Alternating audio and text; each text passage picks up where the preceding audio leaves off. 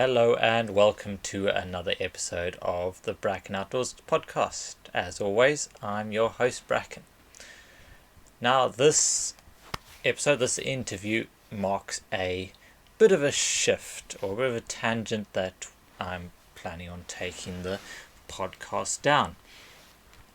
So when this podcast was originally the Outdoors Voices podcast, my only intention was to have interesting conversations with people who live in the outdoors, who spend their time in the outdoors, who do great things with the outdoors. But now, after it's now 17 episodes plus, I started to look at where I wanted to take the future of the podcast, and it's a direction that's already been shifting already. So from this point on, you will see a lot more of a focus towards outdoor professionals. My intention is to make the Bracken Outdoors podcast one of the best podcasts out there for people looking to make a living out in the outdoors. It's a very tricky space, and it's something that I've been spending a lot of time talking to different people about and a lot of times thinking about, because I'm in that space as well, where I'm trying to make a living outdoors so that I can have the best lifestyle possible within the means that the industry allows. So it's all about living your best life outdoors, and that fits in with the central ethos of Bracken Outdoors now, to equip you with the skills, tools and knowledge and the confidence to be successful in whatever you do in the outdoors. So this particular episode sees a return of Mark Cox to the podcast. Mark Cox was my very first interview back in episode 2, where we talked a bit about his adventures in Peru and all around, and basically living adventurously. Now Mark recently moved to Snowdonia, and he's having a great time out there working through his mountain leader training. So he's looking to take his assessment later in the year. So I thought it would be really interesting to have a conversation about how he prepared for the mountain leader training, kind of what to expect as you go through mountain leader training. For those of you who are looking to add the ML award to your quiver, because what I notice a lot of outdoor instructors do, myself included, is we tend to have a variety of streams of income, because any one stream of income is not necessarily easy to keep going consistently. You have highs and lows seasonally within certain industries. Everything shifts and turns, so having different skill sets, different audiences does actually help smooth things out a little bit. So if you're thinking of adding mountain leader, or you just want to spend some quality time outdoors, this is the episode for you. So it's a bit of a long one, because as we talk about in the interview, mountain leader training is a really broad subject, and we do go into quite a bit of depth as we go along, but it is filmed and recorded right on the hillside above a beautiful Snowdonia lake. So I hope you'll enjoy it.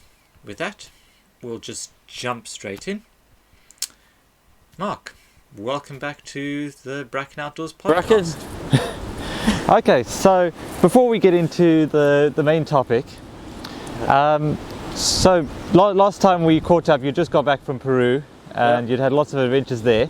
Yeah. But you're right in the centre of adventures now. What are you up to at the moment? So at the moment I've moved out to North Wales, as you do.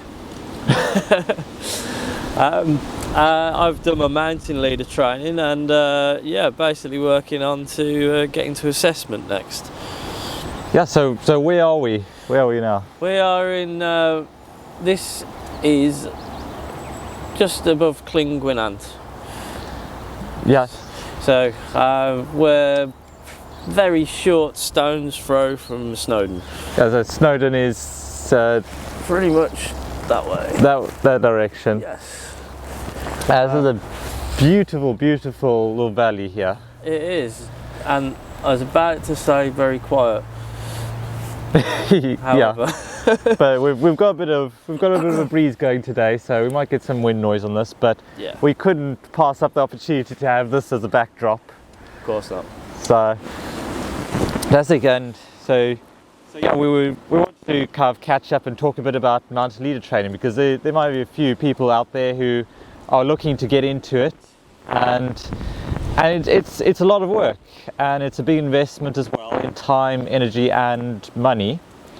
So I thought we'd talk a little bit about your experiences and how you got to where you are now, because you're looking to take your assessment later in the year, is it? Yeah, I say it's probably going to be sort of late summer, possibly sort of October time, maybe, depending on how we get on. So yeah, I've got to do a few more mountain days, more the better obviously, just in case any of them don't count. Yeah, so if we start at the very beginning, if someone's looking at mountain leader training, what are the prerequisites? What do they need to I think do or be? Or important thing really is being quite fit to begin with. You need to be somebody that's been out in the mountains quite a while. You need to make sure that, you know, if you're going to head out for the training, not only are you going to be fit enough, but you've got some of that skill set already. You need a good base for it really. It's not the sort of thing where you could go, oh, well, we've done one mountain, I'm going to go and do training now. You really need to get quite a few under your belt. So as a minimum, when you begin, you really need to get 20 what they call QMDs, so standing for Quality Mountain Day. And there is a bit of a criteria for that, so you need to be going out, you need to be able to display that you know how to navigate out in the mountains, that you can deal with some steep ground, that you can route plan, that you can plan things like escape routes from the top of the mountains. You also need to know a little bit about the mountain environment, about the kind of flora and fauna that we get out here, different types of birds, different types of plants. Geology helps. Really as well, just the sort of thing that's going to add value to any kind of leading that you do for people. You know, obviously if you go out and you lead in a group and they say, oh, what's this, where are we, and you can't tell them anything, you're not going to be ideal as a guide. Yeah. And obviously everyone's got the different things that they enjoy about the mountains. If you have somebody that's a climber, for example, they're going to be interested in the various crags.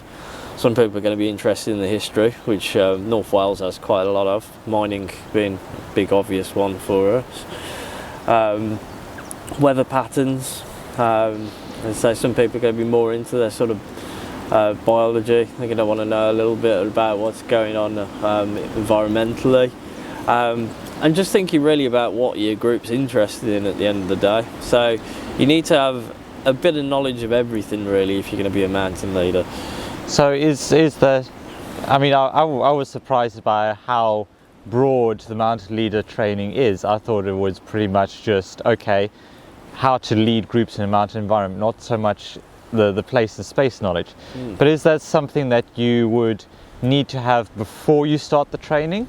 Or is it something that, I mean, you need those logbook qualified mountain days to be able to go on the training, right? Yeah, exactly. So you have to log those. How much other knowledge do you need before you start? I think that you need to be quite an enthusiast. Is probably the best way of putting it. So more temperament than. Yeah, you need to have fairly decent navigation skills to go on the training. You don't need to be an absolute expert, but you need to really know how to use a map and compass and how to route plan, and you know how to make your way around in the mountains. I mean, bearing in mind as well, the training is a training course. You're not graded on it. It's literally a case of you do the training and your pass is the fact that you complete it. So there's no marking at the end of it, there's no grading. It's a case of getting on it in the first place. And it's kind of your QMDs are proving the fact that you know this and that you've written about it. I mean, an important thing with the QMDs as well is to remember, yes, there's a minimum of 20, but you want to do probably a few more than that. I mean, for me, I did about 38. Because not every single day is going to be accepted by your instructor as a quality mountain day, you know. It's what is the definition of quality? Well, quality can come down to a couple of different things. Obviously, problem solving when it comes down to things like navigation.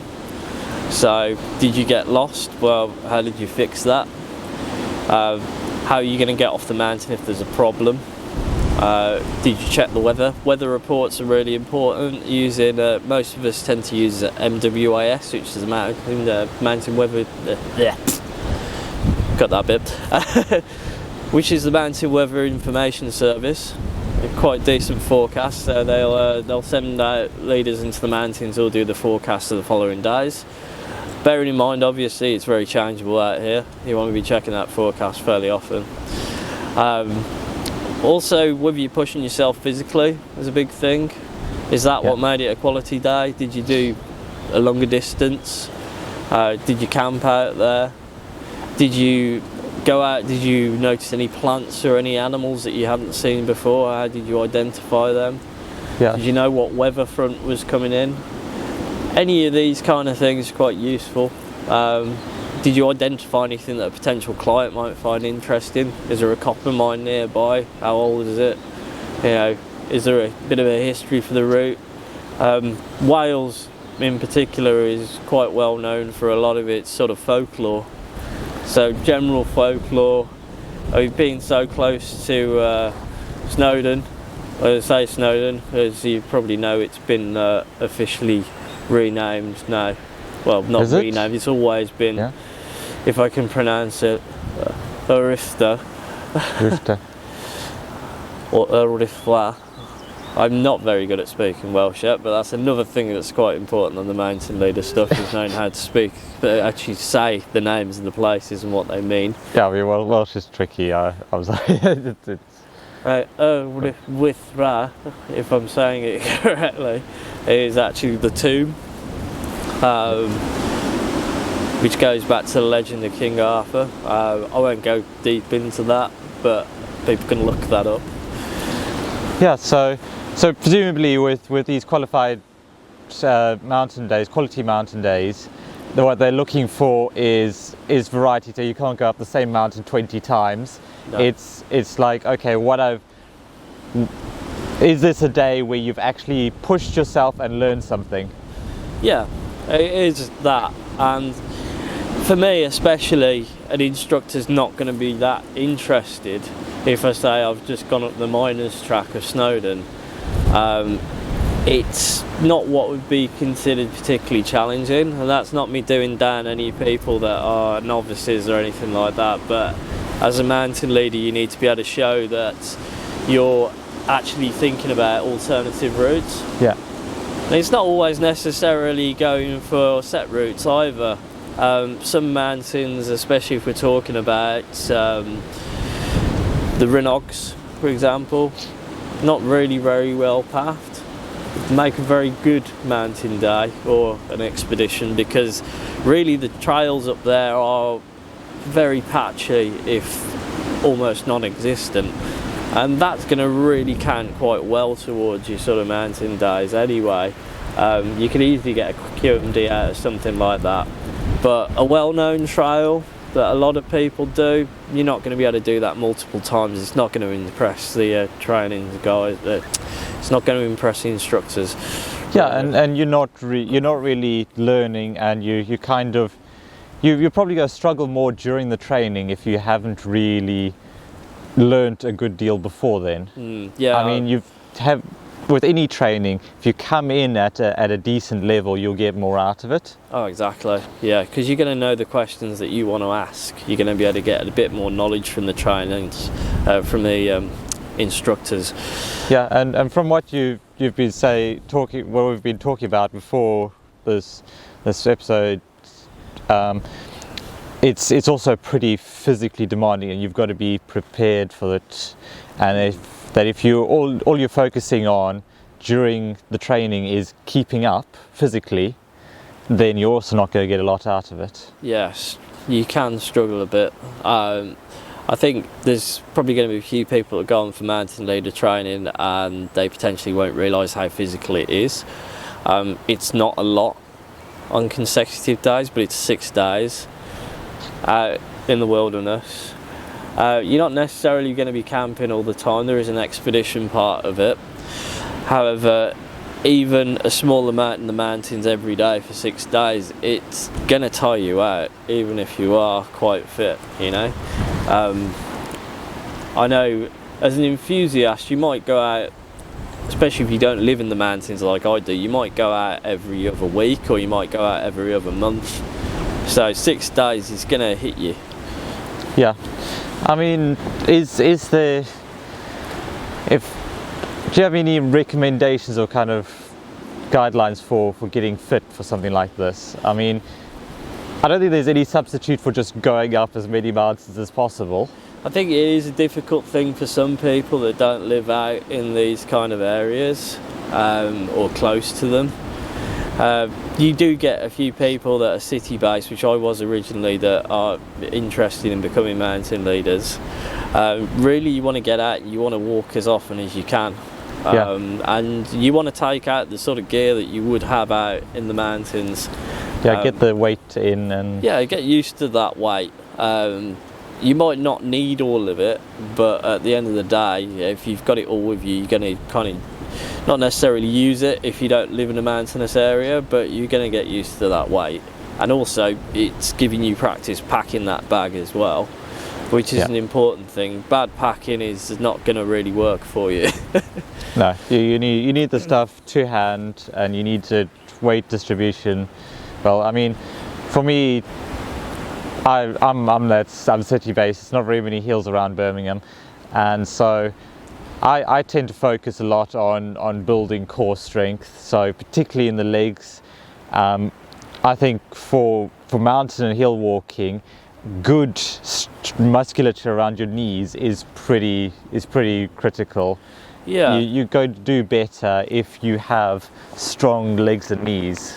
Yeah, you're going to get that really from just doing any kind of ascents. I know there's people that train for these kind of things. You know, you'll get the 3-peak challenges that spend weeks on step machines, things like that. They're not really ideal because they're not really putting you through the unevenness of ground, you know, kind of the twists of ankles, things like that. You're going to build up that kind of strength and your balance and so on by actually coming out.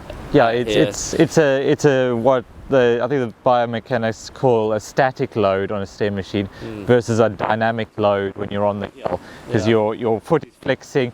Every step you're taking, your legs are loaded in your muscles are loaded in a different way, different angles, and good all-round flexibility and strength. Yeah, really important. I mean, one of the most common reasons for being mountain rescued is lower leg injuries. I can imagine. You can look up the stats that mountain rescue have, and generally it's not things like extreme injury, you know, head injuries, things like that. It's generally people that are going out that have got fairly weak ankles or knees, and they end up getting like hairline fractures, things like that, twisted ankles, which will really slow them down or completely stop them, and then they need to get rescued. So if you've been spending 6 months on a Stairmaster and you're not used to the fact that your legs, ankles, everything are going to get twisted all over the place, you can get surprised. Definitely. I mean, there are things that you can do, but really what we're saying is no substitute for just getting up a hill. Go out and do it. It's the same, the climbers say is the best sort of training for climbing is climbing, you know. So what we're saying, in preparation, you want to get physically fit, get your qualified mountain days, and start thinking about getting good local knowledge and so on. So what does it look when you actually, so you book on your training, you turn up, where do we start? So it might be slightly different structure for each different sort of instructor. Obviously it depends on a lot about what area you're in, what weather's going to hit, because that can change the plan.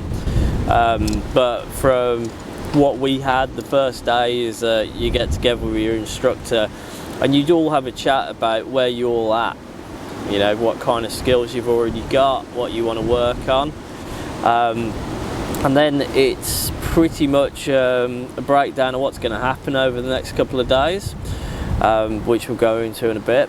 And then you head straight out into the hills. You'll do a bit of a mountain day, but nothing serious. You're not going to be summiting or anything. We sat down and we had a talk about gear for a start, which is really important. As you well know, it's different for every different scenario, different for bushcraft, for example, to going out as a mountain leader. Yeah, I mean that's partly because of the mountain environment. So you're very exposed. There's not very many resources to hand. There's not a lot of shelter, so you kind of have to bring everything with you. You can't just, as we do in bushcraft, just light a fire or whatever. You're pretty much on the side of the mountain, exposed. You're going to need to bring your own shelter, bring your own protection, bring your own food, warmth, the whole shebang. So, I mean, what we straight away spoke about, and I mean, obviously you and me have both got a background in sort of outdoor equipment sales, so we know quite a lot about this. Getting decent gear, and I think it's really important that I say it's not about being elitist with the gear. A lot of people seem to think that getting an expensive bit of kit is not necessary, but if you're actually fairly serious about it, you want to get the best you can get. I mean, you have to think about the fact that the more that you go out in the mountains, the more at risk you are, really. They are dangerous environments. If you go out once a month, you're not going to see the same sort of things that I probably will when I'm going out every other day, or 2-3 times in a week. You're going to get different scenarios all the time. Obviously footwear is the first thing that you need to think about. As you can probably see, I'm wearing approach shoes and I absolutely love these. But clients might get the idea that they're trainers. They are not trainers, but really you don't want to be wasting your time explaining the differences to your clients. So really you need to get yourself a decent sturdy pair of boots that work. You want to have them fitted properly. One of the worst things can be that you've got ill-fitting footwear or not the correct kind of footwear. You might want to get, some people out there might think, let's go out and spend £350 on a pair of boots. Well, are they the right type of boots? No, you're not going to want to really be going out in a set of B2s or something like that. There are mountain leaders that do. Really you need something that's a decent sort of trekking, hiking boot. Not too heavy. You don't want it to be really, nothing too stiff either. Personally, that's a preference for me. I want to go for something that is sort of mid-weight and sort of mid-ankle boot that fits me properly. That's not going to cause me blisters, because 6 days out there, if you have an issue with your footwear, you're going to find out fairly quickly.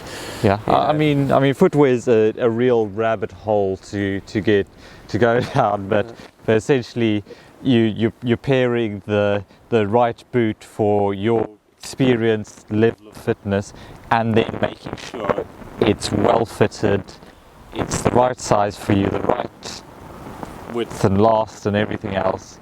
So if you don't know how to do that, get someone who really knows what they're doing to guide you through it. May well do a video or something in that in the future. Everybody has their preferences, but what you want to go for really is you want to go for a boot that's not too heavy. You want it to be fairly tough, but not something that's really big clomping boot at the end of the day. Something that's got a bit of flex on it. I like to have something that's got a climbing edge, but I am a bit of a scrambler, but that is personal preference really. But yeah, something that's comfortable at the end of the day. Durable, but not overly heavy. Yeah, if you go spend on one thing, it's good pair of boots, and then probably next would be waterproofs. I'd say, well, even before we go on to waterproofs, probably socks as well. Decent socks, something that's going to keep your feet fairly comfortable, and you want to take a couple of pairs of socks with you, really.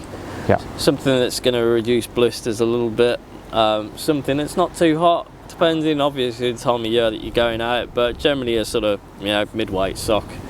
It's good all-rounder, something like that, and a few of them. Your feet are probably going to get wet at some point. unless you're using gaiters, which are always an option for going through like our sort of marshy areas, which will happen. You can't really avoid it out here. But feet, yeah, you really do want to look after them. I try not to leave anyway. If I'm going away for a longer trip, there's always a spare pair of socks, because you never know what you go run into, water crossings or whatever. And you want to look after your feet, because they go carry you off the mountain. Blister plasters always an absolute must. Yep. Or you know, anything to kind of tape your feet back together. You'll soon find out if your footwear's not right, because you'll start losing toenails. So yeah, try and get it right first time. Is what I say. Yeah, but again, that all comes with experience as well. It's knowing the right sort of thing for your feet, and not just assuming. Don't assume you're a certain size. Go and ask somebody that knows what they're doing. At the end of the day. I mean, next up, we might as well just sort of work up the body. Decent set of hiking trousers. Now, I mean, as you can see, me and Bracken are both wearing Fjallraven at the moment. They are absolutely lovely. They do some great trekking trousers. Are they the right thing for you? Potentially. I mean, for me, I quite like going for something like a set of Montane Terra pants. Nice and lightweight, fast drying. That's something that's quite important. Thin fabric, doesn't need to be overly warm, but does need to have a vent system on it, really, I'd say, for me. Absolutely. Most of the trousers that are decent will have vents in them, usually down the sides. Obviously the weather's very changeable, and it can go from being pretty cold to being really warm very quickly. And you hit a steep slope, or you suddenly needing to shed layers and vent it off, and then as soon as you get up to the summit, the wind comes in and you're suddenly zipping everything up and popping layers back on. Time of year as well, obviously you've got to think about those base layers. Merino wool is nice if you're going to be out for multiple days. I'd say certain conditions may be a little bit too warm, but again, personal preference. Are you a sort of hot person or a cold person? For me, I'm wearing like one of the icebreaker combination merino and nylon fibers. So good sort of bit of both, bit of the best of both worlds, really. But then I get really cold really easily. I don't get too hot very often, so it's perfect for me. Whereas if I was going out middle of summer and I knew it was going to be like 20 plus degrees, I'd be going fully synthetic for a day hike. Synthetic stuff, I mean, brilliant if you're going to be going out just for a single QMD, something like that. On the actual training, I'd say it's probably good to go for sort of the thing that you're wearing at the moment, which is a bit of merino wool. It's not going to smell that much over a couple of days, and it's still going to wick out properly if you've got, say, synthetic blended in there as well. A couple of those, always a good shout. Also, you've got to think about if they do get wet, are you going to be able to dry them off? You don't want something that's going to be getting soaking damp and weighing down your bag. So that, leggings and a top potentially. And then moving on, you want to look at something like a range of different fleeces depending on the weather. Obviously I've got one of the Rab ones on at the moment. It's quite a thin sort of micro fleece. Really good at wicking. Wind goes straight through it, but underneath a decent sort of insulated, they're quite warm. Again, preference, are you hot or cold most of the time? Fleeces I'd probably be real careful with, because they tend to take up a lot more space than other things. Always having something like an insulated layer. So G-lay, really good sort of best of both worlds, so nice cool arms, free, unlikely to get your sleeves caught on much, because there isn't any. Something like that. Nothing that's too heavy either. You want to go for something that again is not like super heavyweight winter style. You want to go for something that's kind of in between.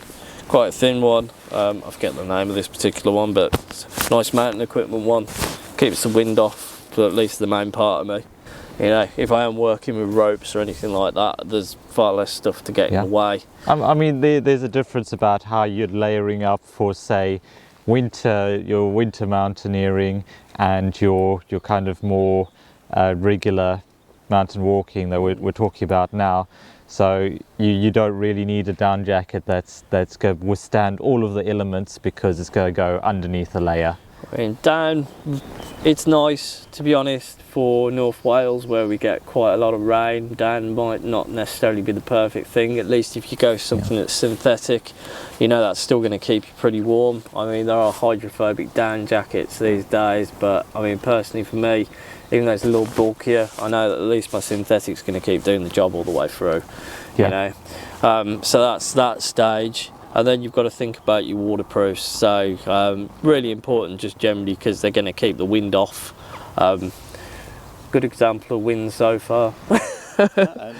And now it's gone all sunny.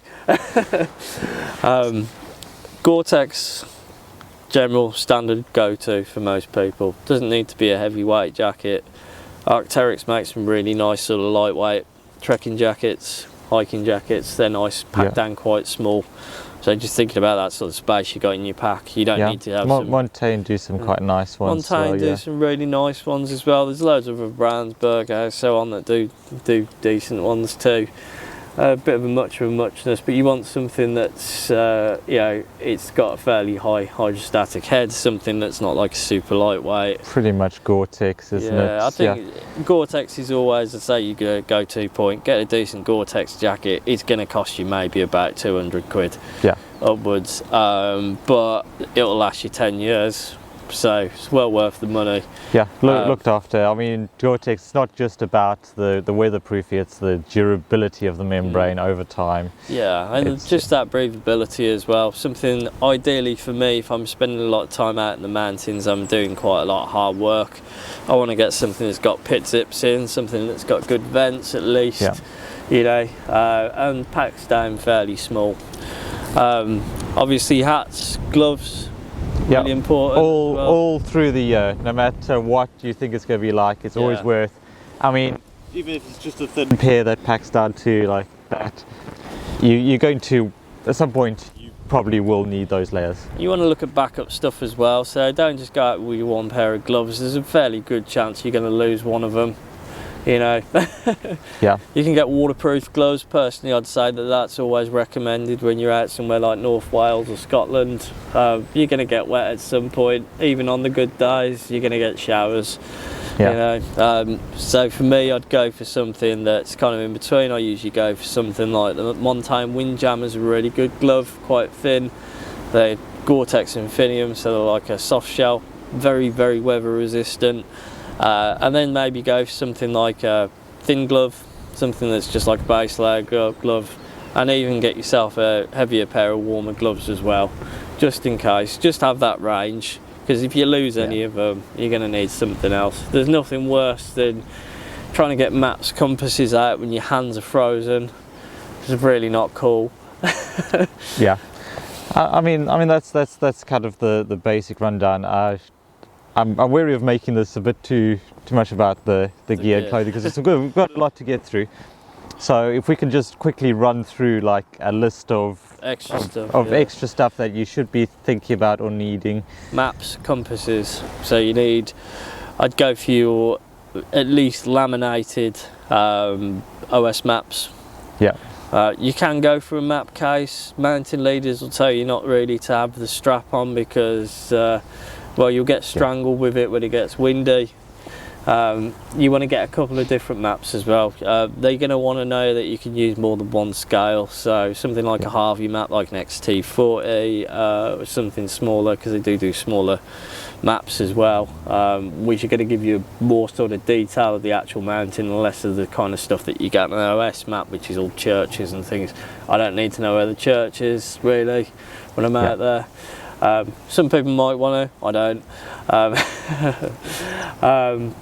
Yeah, a couple of different ones of those anyway. Could you lose maps, or even getting a subscription to OS Maps and doing small sections, always very useful. Decent compass, again, you might not think of this, get 2 compasses, decent ones. You want to look like something like a Silver Expedition 4, I think, at least that. I mean, as a good example, when we were out on our mountain leader training, one of the guys snapped his compass in half, just lost his footing, straight away 1 compass down, not ideal. You gotta rely on it. So map marking pens, so something that's like a fine nib, indelible, You can always, if you get yourself the laminated maps, you can always remove the marks using a bit of nail polish. It's always useful. Nail polish remover, yeah. First aid kit, really important. On your training, you want to just take yourself a personal one that's got all the sort of things that you need in it, just a basic first aid kit really. You only need to worry about the bigger ones when you actually start leading. Water, hydration packs are always good. Water bottles as well, which one's easier to fill is always going to be a question. You want to get how yourself much you're carrying, and really important, I'd say, would be a basic water filter. So for a soil mini or a trail shot or anything like that's good. Something that's fairly small, fairly convenient as well. If you have something like that, then you need to carry far less in terms of water, which is one of the heaviest things you can carry, as you well know. Or if you don't have that, water sterilisation tablets, which are not that nice. No, I know which one I'd prefer. But they're an option as well. They'll take up even less weight, but personal preference. Do you like pool water? No? Well then, get a camping stove, something small, something that's going to be fairly lightweight, carryable. If you're an ex-scout, you probably have a transier. I wouldn't really recommend taking one of those. No, that's more group proper cooking kit. It's not really heat up water quickly on the side of a mountain. You want to make it quite easy, and think about the food that you're carrying as well. So something that's just dried. You can get obviously your pre-prepared food, that's great. Lighter weight if you get something that's not wet. You can take the wet ones if you want. They're not all that nice tasting. You can quite easily just take things like pasta and fruit and nuts and things like that out with you. You know, again, preference, but you want to get stuff that's fairly high energy really, if you can get it. Energy bars, things like that. It's pointless taking things like energy gels if you're them off and running. You can if you want to. I mean that might be not a bad idea to kind of toss one or two in the back pocket for emergencies to get you that burst of energy to get you down the mountain if you run out. Yeah, exactly. A few snacks, things like that, always good. Just make sure that you've got enough food to keep you going for a couple of days. And then I'd say that you also want to think about just having any spare layers as well. Just dry bags, a couple of dry bags are fairly essential. They're quite useful. Absolutely. Pack covers aren't the be all and end all. You want to protect the important stuff twice, really. Yeah, and then you've got to think about your sleeping system as well, which is a thing that we haven't got to yet. I think we'll leave sleeping systems because that's a big subject. It is a big subject, but I mean, to break it down simply, you get yourself a nice lightweight sort of backpacking tent, and you want to get yourself, a fairly lightweight sort of sleep mat and a lightweight kind of sleeping bag, something that's going to keep you warm. And you got to think it could easily get down to like 0 degrees less out here, so you want something that goes down fairly low, but you don't want like a big bulky sleeping bag either. It's worth sleeping bags. It's really worth looking at if you, like we saying with the waterproof and stuff, if you're serious about this, it's well worth investing quite a decent amount in a sleeping bag. A good sleeping bag's going to last you years and years, and you'll spend less in the long run, not upgrading it every 2-3 years. And then the last of all really, walking poles, really important. You want to take those with you anyway. You never know when you might twist an ankle, something like that, and they do have other uses. And think about the backpack that you're taking really. You want to get yourself fairly lightweight, sort of about 30 litre day pack, and you want to get probably about a 60 litre, 65 litre sort of expedition pack as well, and that pretty much covers you. You're going to be carrying a bit more stuff when you're mountain leading, so you don't want to go down to your 20 litre and stuff. You want a bit of space spare because you are going to be carrying a bit more stuff.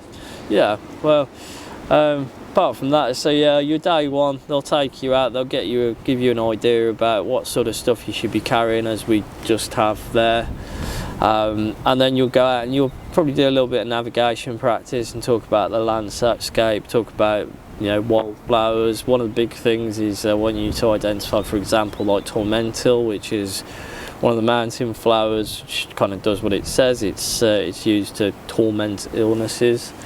So that's an important one. They'll get you to identify different warts like mugwort, so on, things like that. And just general sort of local birds. I mean, you and me saw a few yesterday, stone chats, and so on. Ring oozles. You might identify some birds of prey, but you don't see them that often. Things like that, really. And your first day will be kind of like a gentle easing. Yeah, it's kind of probably for the leaders, for the trainers to kind of get an idea of where everyone is, whether their perceived skill level is really their actual skill level, how fit they are, and before they kind of launch into the rest of the week. And the point that usually gets most people is always going to be in the navigation. So I mean, navigation for mountain leaders is pretty precise. Yeah. It can't be, I think it's over there. I don't remember exactly the amount of accuracy, but I think it's something like within about 20 metres or something like that. So second day, really, I mean, we went out, for example, onto Cadaridris, lovely little mountain. Met up with some of the guys that were actually doing their assessment. And we went out and we spoke about group management. So how are you going to manage the slowest person in the group? How are you going to pace things?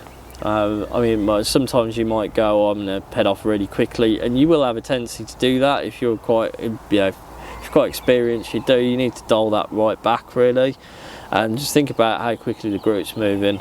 Planning breaks as well, so whether you're faffing about or not. So you can have people doing sort of random, oh, hold on, I need to get something out of the bag. 10 people do that, really slows you down one bit after another. So trying to encourage people to stop all at the same time and all do their stuff at the same time. Making sure they're eating seems a little bit like an obvious one, but some people won't eat, and you want to make sure that all the group's got energy. Yeah. Thinking about and just watching the group and seeing who's comfortable with heights, exposure, things like that. Do we need to put them in front of us? Do we need to put them in the middle? Do they need to be with one of the instructors? So it's almost like the process where the mountain leaders are the training instructors are taking you out, but really you've kind of a mix of both student, and you're also kind of assessing the rest of the group and starting to think about, okay, group dynamics, how would I handle this group as a leader? Yeah. And it's are you kind of encouraged to kind of take the lead at points? Yeah, so you take turns at leading over various points during the day and over the week. So they'll watch how you do it and they'll kind of point out what you're doing. I mean, for example, there was a girl in our group that kept on shooting off quite far ahead, and they were like, we can't do this to the group because person at the back's going to start getting a little bit frustrated. It's once that kind of spiral begins, they can become demotivated. Then you've got the group being potentially slowed down even more, or somebody that's just not enjoying the day, so really just keeping an eye on the guys and speaking to them as well, so keeping that verbal communication between everybody in the group. How you doing?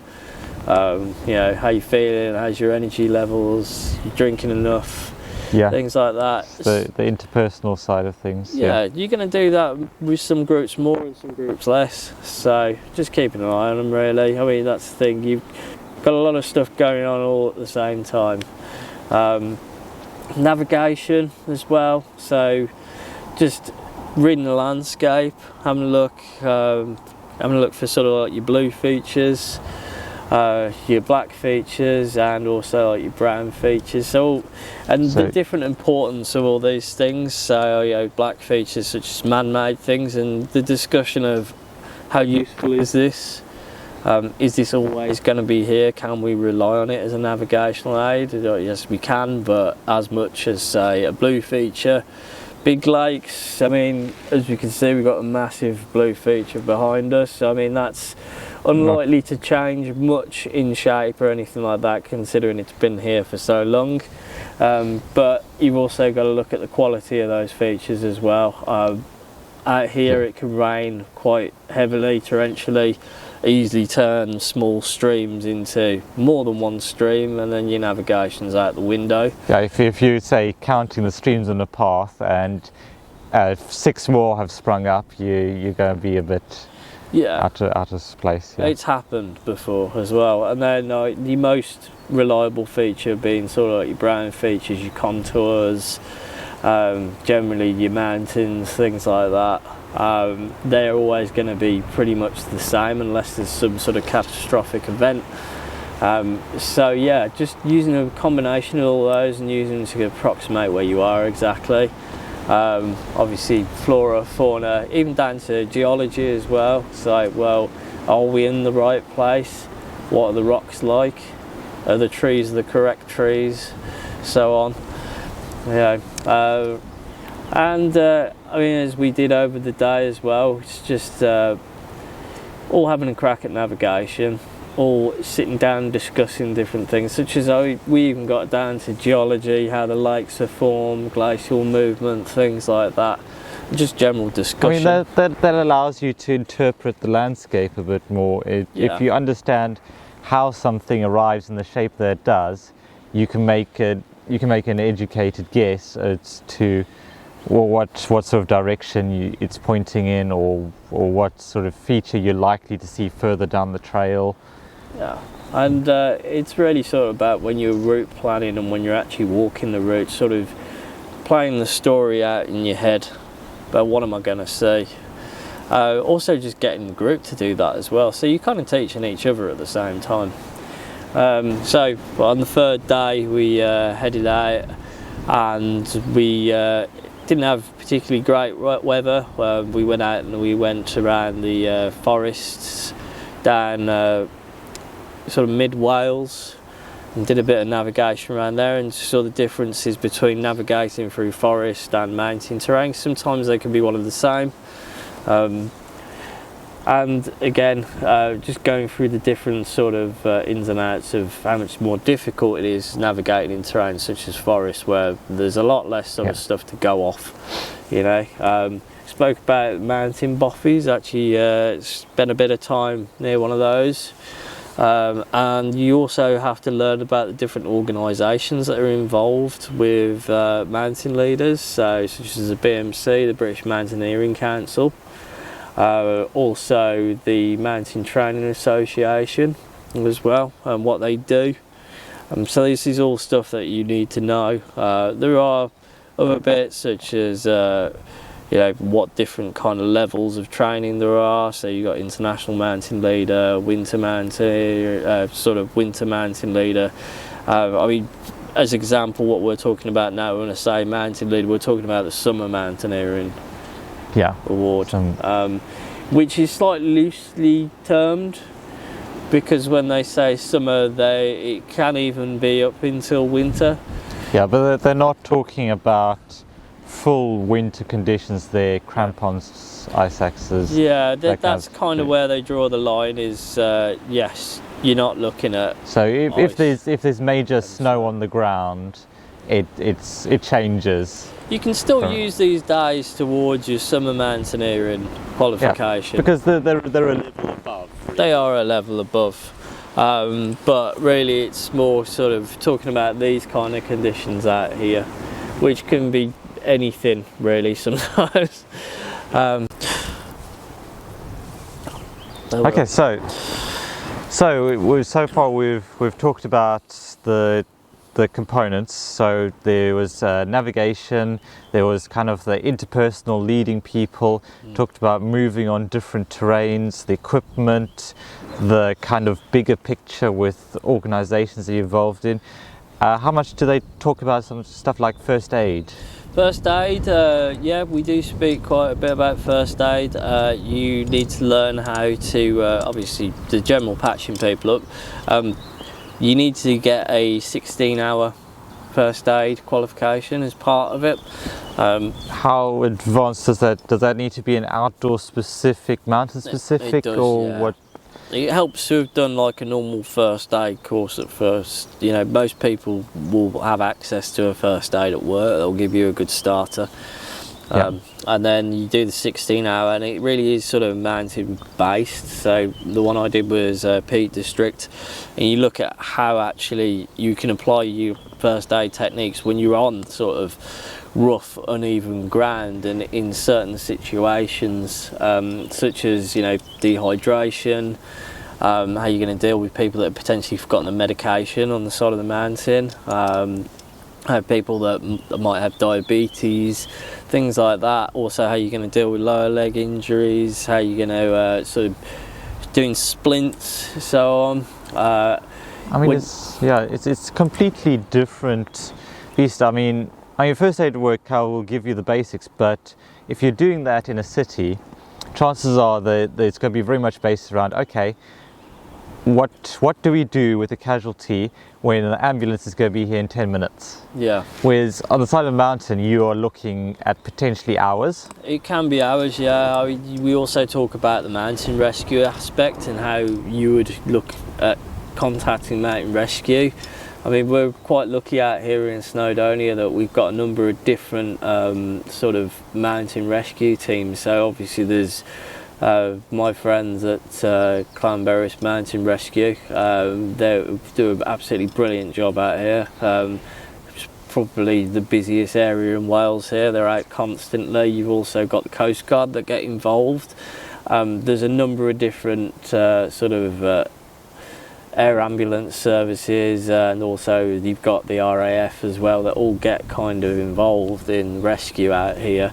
I mean, that's an important thing. It's always going to be quite useful for the viewers as well, is knowing that actually mountain rescue is a subsidiary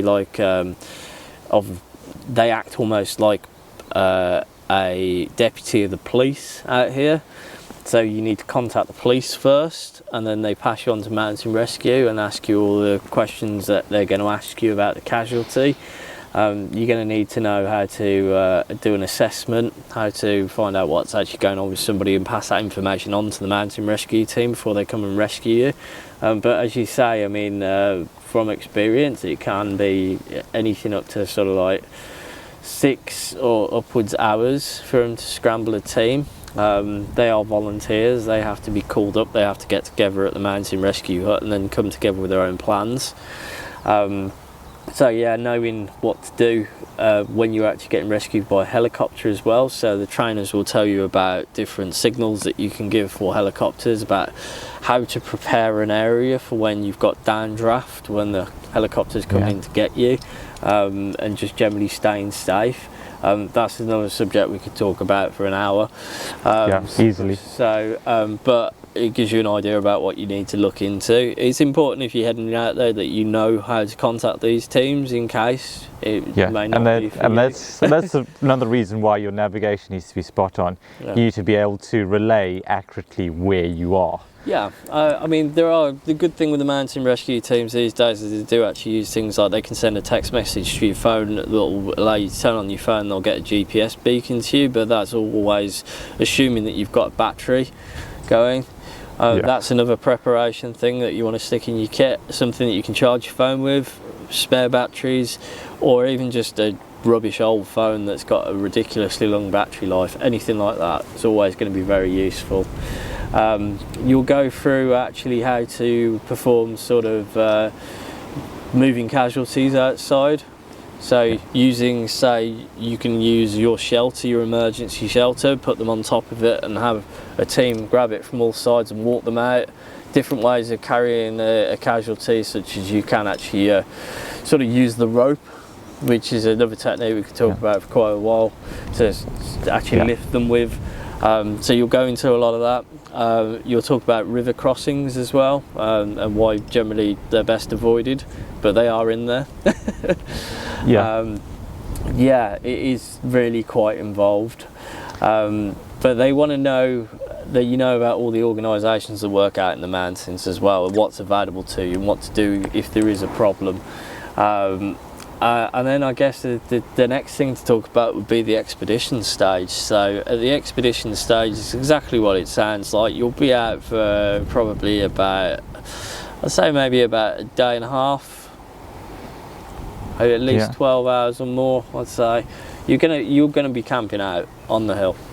As I say, for us it was the Rinogs, wasn't particularly great weather, and at that point on your expedition they get you usually to do a bit of night navigation, which is I'd say one of the hardest things to pick up. You'd be looking at micro navigation, things like that in the dark. It's quite difficult. It's something that you're going to want to practice after you've done the training anyway. And also you're going to be looking at camping, choosing campsites, how to set up a tent, how to choose a camping spot, all these skills which you should potentially have by this point anyway. So that's something that you'll need to practice as well. Actually, expedition days and camp outs are things that are going to count towards your Q&Ds as well, so you want to get out and do some of those as well. Choosing camping spots, knowing safe places to put tents, knowing where to get water, again another subject that can get quite involved. So you're using all these skills while you're out there.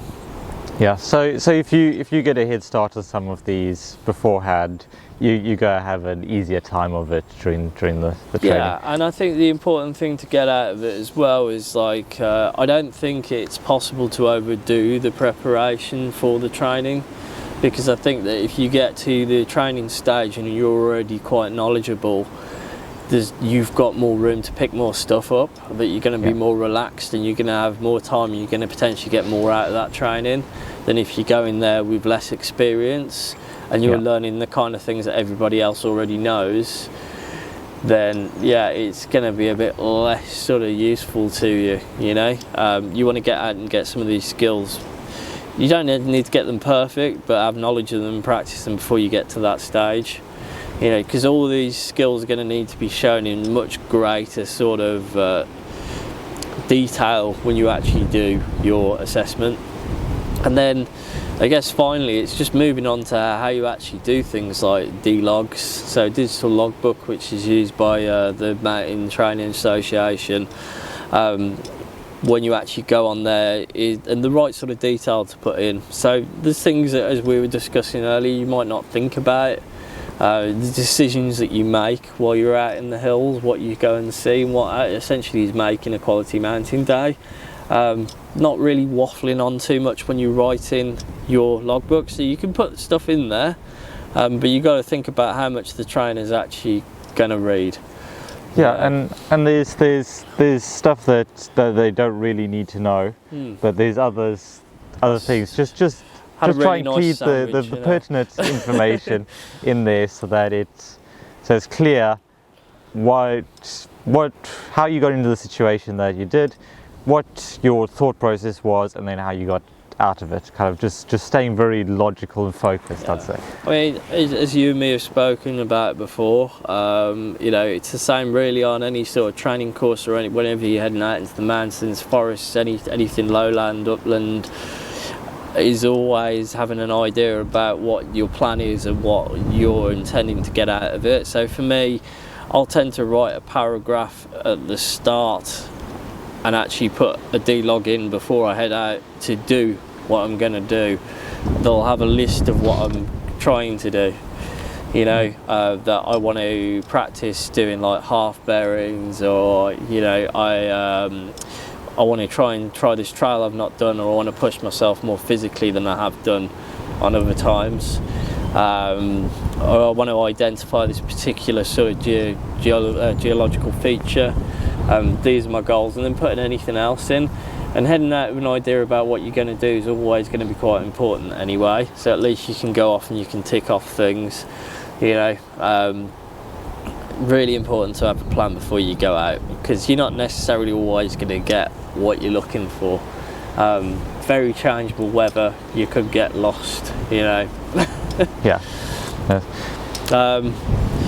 And then I guess at the end of it, it's just kind of putting all that together and writing something for trainers that's going to count as a quality mountain day, that you've got a number of different things in there and you can say you really got something out of it. Can't be, as we've said, just a walk up the minder's path doing the same thing all the time. You've got to show that you've learned something from it, that you've improved on the skills that you've had before, if you've hit any problems, how you've dealt with those. One important thing to know as well is when you do finally go on to do your assessment, that getting lost isn't necessarily a terrible thing as long as you can explain to the instructors that this is why it happened, this is what I would have done instead, and actually this would have got us there. That is potentially better than just getting it right, because you've shown your ability to learn and to problem solve. Yeah, I mean, they're not expecting perfection, but that's the quality of I'd say of a good leader or guide, is someone who can deal with things when they go wrong. Yeah, exactly. Because anyone can be a fair weather leader, and just walk up the ranger path onto Snowdon, fine. But it takes someone special if the fog descends and you're on the wrong side of the mountain, knowing what to do in that situation, being able to walk through a good process to get yourself and your team out is critical. Exactly. I think it's important to just know that it's quite a large subject, and there's a lot of different skills. There's a lot of wildlife out there that you can identify. There's a lot of navigation techniques, and that you've got to have a fairly decent knowledge of all this, environment, everything. I know one of the main reasons for people getting deferred is, sort of navigation. For a lot of people, I say mountain leader training, as an example, is so involved when it comes to navigation that once you've just done your training for mountain leading, that you actually, apparently it does mean that you can already teach nav to people. You sort of looking sort of like DV level already. Which is the reason why a lot of mountain leaders do get work as sort of DOE assessors. Yeah. Because they've already got that skill set there. I think, and lastly as well, there are modules that are available for free on the MTA site, such as there's mountain building, where you learn about erosion and so on. They're free courses, always good to go on. Also things like the weather. You'd be surprised, actually there's a fair bit of weather knowledge in there as well, identifying different clouds, weather patterns, things like that, actually reading sort of actual weather reports properly. There's a lot to it. Yeah, so. if you really want to get in deep with natural signs, tracks, clues and signs and weather and everything else, Tristan Gooley's books are amazing. He's got a whole thing on how to read water, how to read the weather, how to read, say, the patterns of lichen on the side of a tree and all that. So yeah, that would be my recommendation for people if they really want to go deep with that sort of stuff, because everything grows for a reason. I mean, yesterday we were out on Anglesey and we were in the Newborough Forest, and we could just see all of the branches of the trees were leaning inland away from the sea. I mean, that gives you a major clue to navigation, and it's something interesting to talk about with clients, and it's another kind of arrow in your quiver. I think one of the other things as well is sort of making that distinction between what you do as a mountain leader, that it's not rock climbing or anything like that, but there is some rope work that's involved that it's essential to know if you're going to pass. And then you're looking at things like setting up body belays, how to guide people on a confidence rope, also how to sort of choose anchors if you're moving on steep ground. So these are all things you're also going to need to know, but you don't need to know it to like a rock climbing level. Effectively it's just for safety on steep ground, but you are going to need to know that as well. All skills that really you need to go out into this kind of environment and practice. You can practice them at home if you have a tree, or you just so happen to have a massive boulder in the back garden. You can practice techniques, but personally, to me, I don't think there's ever going to be any substitute to actually coming out here with somebody else who's potentially doing the same sort of thing and learning them. Yeah. So we've kind of covered pretty much the syllabus there. So you have your 6 days. And then what happens between that and your assessment is essentially up to you to just go out and get more quality mountain days. Effectively, yes. So the stage that I'm at the moment is, I think it's always better to go for more, especially if you're lucky enough to live out somewhere like this. Yeah, I mean that's the thing to talk about, because that if you're serious about mountain leader, you probably should consider moving somewhere to mountains, because it makes it so much easier if you're not commuting like 3 hours every weekend out into the middle of... Yeah, I mean technically every single time I step out the door could be a mountain in the day, you know. Just getting up to your cottage is a mountain day. Yeah, I know. I mean it's part way up the back and sort of heading towards the Mulwins, so yeah. But I'd say go for more. If they say you need another 20 and go for another 40, I'd always go for like a double. Yeah. Anyway, you're also going to be working on that fitness as well. But you want to show the improvement on the skills that you got on the first training course. You also need to bear in mind that any of the mountains that you did on your training course, they're not going to accept as part of your mountain days. You can go back and do it again yourself, but you can't count the ones that you did there. You've also got the option, something that I'm going to be doing fairly soon, is going out and helping already established leaders, already established businesses take people out. There are a lot of businesses out there that will actually let you work for them, and you can get paid at just a trained mountain leader. However, obviously it's always best to get qualified, and one of the main reasons is going to be because of insurance. So for me, if I wanted to get insurance at this point, it would cost me an absolute fortune, wouldn't really be worth it. However, if I go out with a group, they've already got their own insurance which covers me. It means I get to go out with a group, you'll get to go out with somebody and see how they do it. It also gives you the option to go out with multiple different people and get an idea. And it starts that whole business of networking, getting known by people that may well want your services at some point. Yeah, exactly. And I think you've got to build those links as well. I think realistic for me, I've realised that I'm not going to just jump straight into going, right, I am a freelancer straight away. It's going to be a case I'll probably work with a few people maybe for a couple of years before I can go, right, actually I can do my own thing. It's like with most things that you want to build up a client book. You want to have a number of people who are repeat clients or whatever that you know you can rely on, that can then bridge that gap from going, okay, I'm going from this network of contacts to on my own.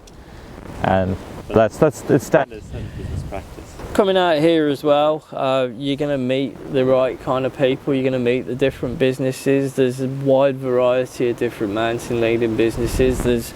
I mean, just in the area we're in, there's at least 2 different sort of outdoor centres just down towards Bethgelert.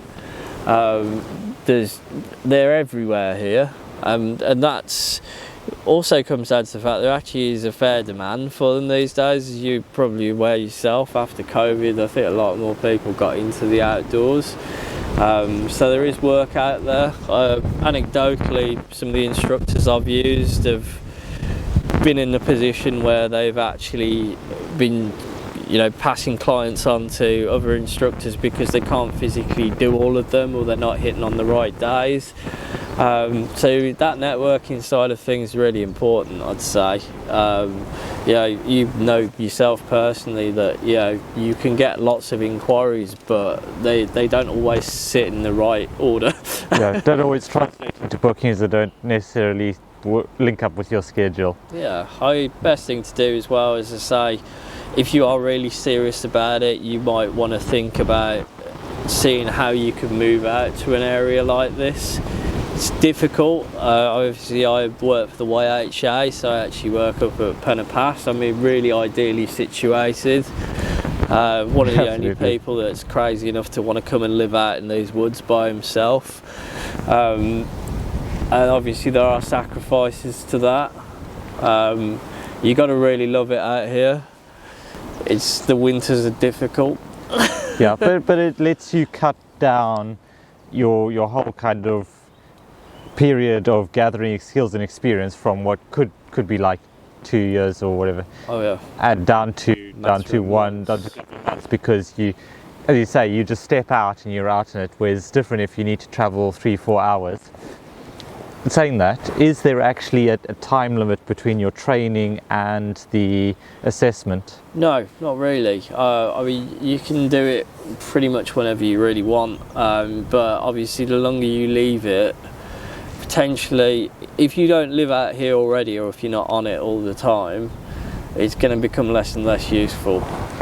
You want to really get out after your training and start using it as soon as you possibly can, and keep on top of those skills, because you might have done the training. It does obviously mean that you can go on to your assessment whenever you want, but really it's down to you as to whether you're ready or not, you know.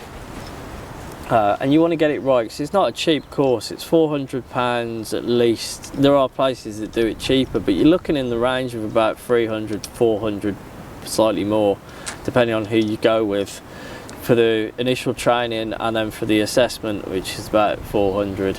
Actually, that's not too bad for a 6-day course. That's really good. Yeah, I mean, again, the assessment's going to be over the same sort of time period, and you're going to go out, and the assessment is tough. So the instructors aren't necessarily, they're not going to tell you when you go wrong. They're not going to say you got that wrong. They will tell you when you finish at the end. So yeah, you want to make sure. It's kind of like the driving instructors, like just. It's a bit like that, yeah. They're not going to tell you. Yeah, you need to suss out when you've made a mistake. And obviously, yeah, it's for the kind of course it is. It's not that expensive, but it's still, if you look at it, a lot of money.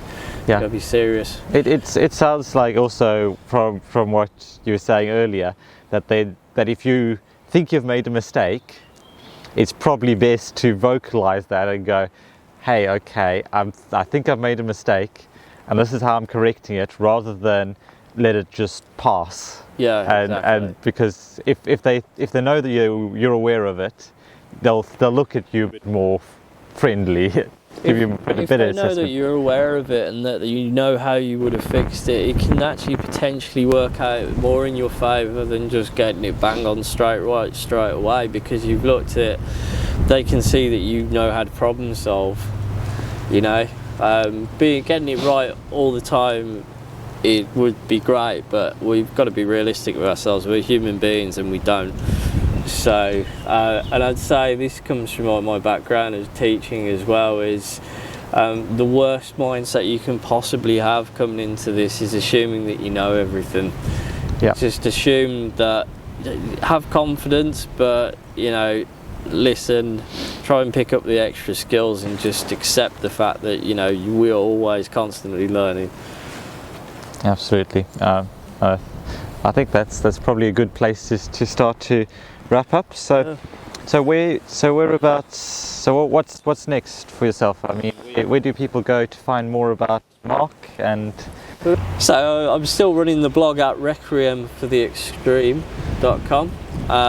So that has most of my adventures on, but it's now having gear reviews on there as well. There are small bits of bushcraft as well that I've been picking up from our friend Bracken here. Things that I feel actually align quite well with some of the stuff that I do. I'll be looking at doing more gear reviews in the future as well, hopefully for some brands. And the other thing is just some how-to guides as well. So you know, what to do when you're going out for assessment, how to pack bags, anything that I feel that could be useful for general. There's going to be a whole section on how to contact, you know, what mountain rescue and what to do in a rescue situation. Soon you'll have a fair bit of wealth and knowledge on there, I'd say. And obviously the guiding thing will be coming up soon. So got a few sort of days coming up where we're going to be leading some groups, and then well, obviously onto assessment, and then there'll be guiding opportunities available for myself. Yep, and we'll definitely let people know when that happens, and we might well get you on after the assessment to talk about your maybe after you've led a few groups and whatnot, out your experiences, what it looks like, what the landscape looks like once you're actually trained. Oh yeah. But there'll definitely be. So, last question. Yep. people looking to get into kind of outdoor leadership, do you have any advice for them? I think you got to really decide whether you love the outdoors a lot, or whether you do it purely for yourself at the end of the day. I'd say for me, I am quite an introverted person. That's for sure. Some of the best people. Yeah. However, I really do love teaching people things, and I have a massive enthusiasm for the environment and just generally for nature and being out there, which I love to share with anyone really. So yeah, I'd say the general advice is some of the things that we've already discussed is how serious are you about this? I've completely changed my life. I live in a totally different area of the UK now. I've completely uprooted. I've changed my job. It's a big step. Yeah, it's lifestyle. It's not necessarily a job. Yeah, it's an everyday thing. I mean, this is the thing. There is no popping to the shops out here. Yeah. You know, you are in the middle of nowhere. It can be quite tough just living in the mountains, working in the mountains, even working for organisations such as the YHA. They've got some lovely properties in some very isolated places in the UK. Penna Pass, where I work, is a great example. It is incredibly isolated out here, even with the visitors that we have at Snowdon. This particular valley here, as we've all enjoyed over this sort of week, you won't see anybody sometimes for days. Can you handle that? Yeah. What kind of person are you? Are you happy being by yourself? You will spend a lot of time in the mountains alone. If you're cool with that, then and you love nature and you love learning and you like an adventure, maybe it's for you. Absolutely, great advice. Well, thanks Mark, it's been really good catching up with you. Yeah, definitely, man. Yeah, we'll get you Always on again. A pleasure. You're actually the first returning guest of the podcast, so congratulations. As well as the first podcast guest, so you got the two. Oh yeah, winner. And I'm still here. Excellent, thank you. Well, I hope you enjoyed that interview as much as I did conduct the interview with Mark. He's an extremely knowledgeable person, and if you'll agree, he's just for me, it feels like he's living the dream out there in Snowdonia, and I feel a little bit envious that I'm not able to move into, say, the wilds of Scotland and live that sort of lifestyle, but I will make the best with what I have right here, right now. As always, I will have all of the links and everything else on my website, and the link for that will be Bracken Outdoors pod. It'll be brackenoutdoors.com/episode 18. Now you can find all of the links, resources, everything there. Before we go, I'd just like to remind you that if you enjoyed this, please do share it with people you think might get something out of it. And if you're interested in taking a course with me or checking out any of the resources I have, you can go to brackenoutdoors.com. So, until next time, have a great month and make the most of the outdoors.